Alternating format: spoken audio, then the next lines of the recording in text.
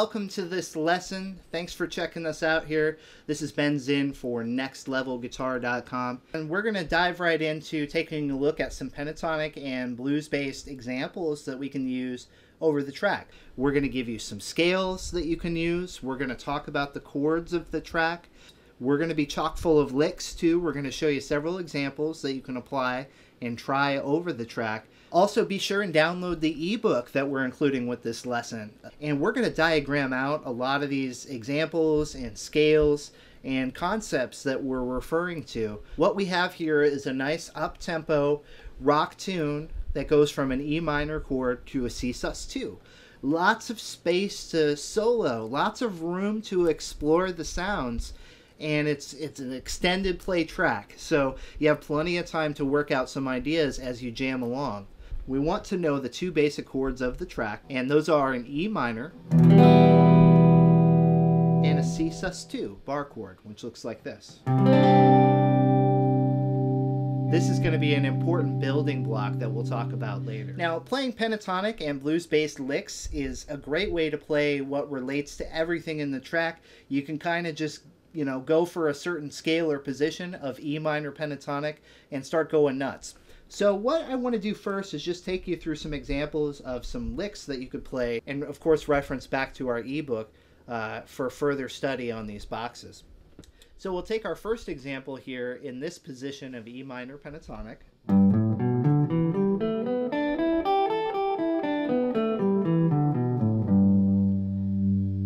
And what we're going to do here is borrow a note from the blues scale, and we're just going to do a little run that sounds like this.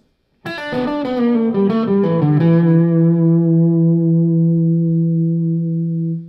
going to start here on the 5th fret, and I'm going to pull off to the 3rd fret in the position here.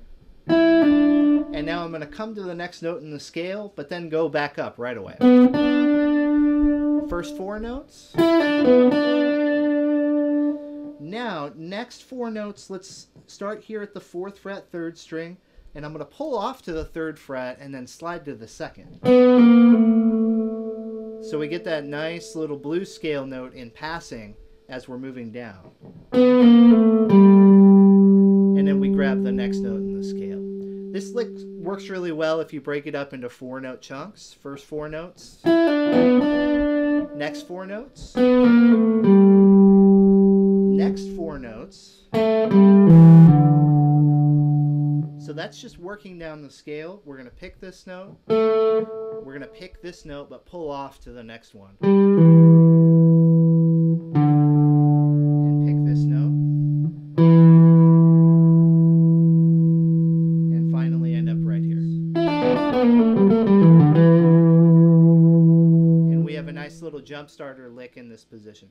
Once again, when you're jamming and improvising, use the scale position and see what you can come up with. Just try exploring around the pattern.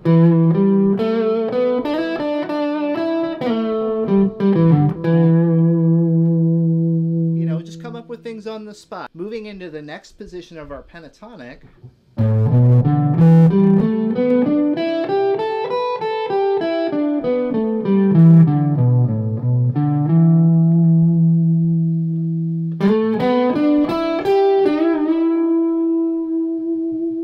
Just taking the next box up and we're just phrasing a lick. I'm going to start out here on the 5th fret of the 4th string, and I'm going to slide to the 7th and then work my way up the pattern. 4th fret, 7th fret, 5th fret, 8th fret, and then close out by bending this note up a whole step. And you notice the little bluesy embellishment there of adding vibrato when you get to the top part. These are all things that you can either choose to do or leave out or play your own way. This is just a jumping off point.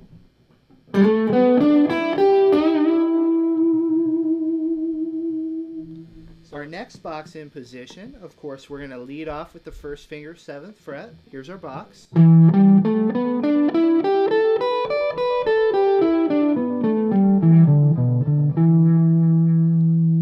There's a lot of great opportunities for some double stop licks, and I thought this was a good jumping off point here, playing something like this.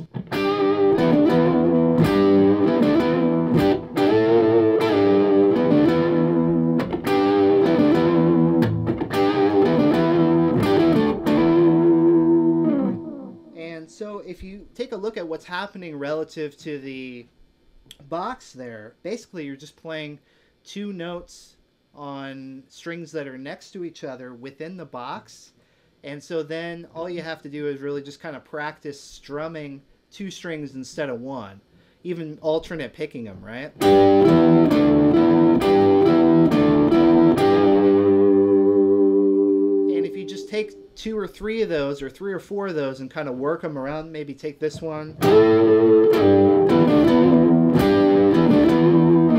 There's a lot of potential there. Of course, there's other things that you can do in that box. Anything that you can think of. Again, just maybe exploring as you're moving around the scale works too.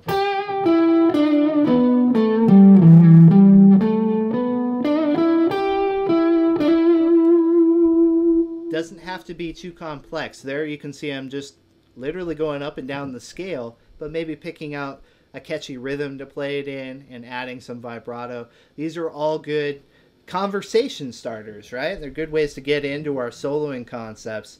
Is just kind of start with an idea and see if you can develop it. But again, our main point there for our blues or pentatonic based lick, taking double stops and kind of playing a more riff based approach there.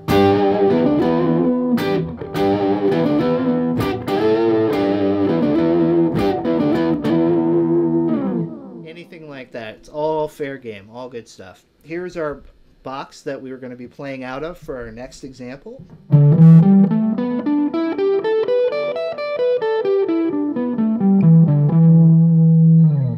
And in this position, I thought a nice concept to lead off with might be to pre-fret this note up here with your pinky, and then we're going to bend this note, 10th fret, up a whole step, and we're going to leave it there.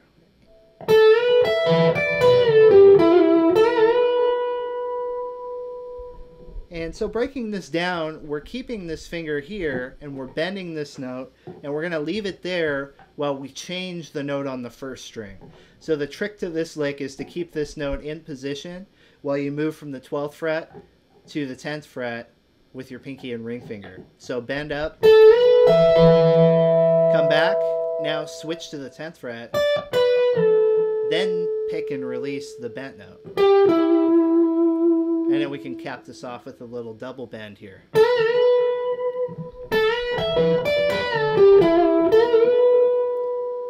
So kind of a fun idea. Again, just a jump starter lick there. You can also work on exploring. Lastly, in our most familiar position here, in 12th position, home bass box.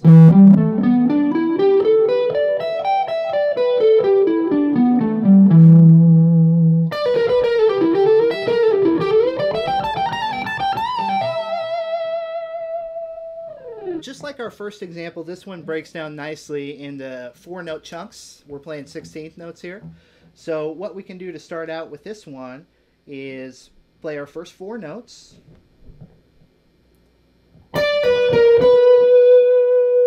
Next 4 notes. This is all pull-offs. Next 3 notes, I should say. And the 4th note here.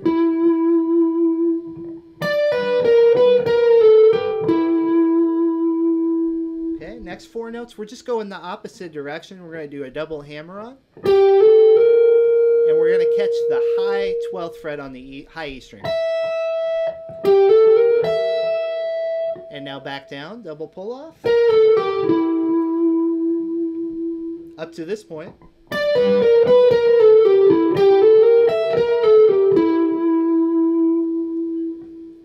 Now, as we're moving on, what we're going to do next is hammer on and then shift positions. So we're going to go 12th to 14th and then slide up here into our next pentatonic position.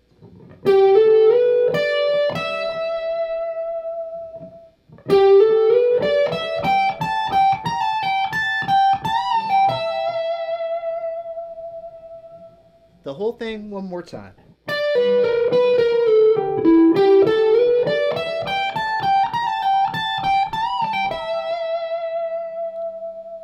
I'll point out the tail end of that lick real quick. What we're going to do here is bend the note up, then release it, and then pull off. So this is at the 17th fret. So that's your last portion of your lick there.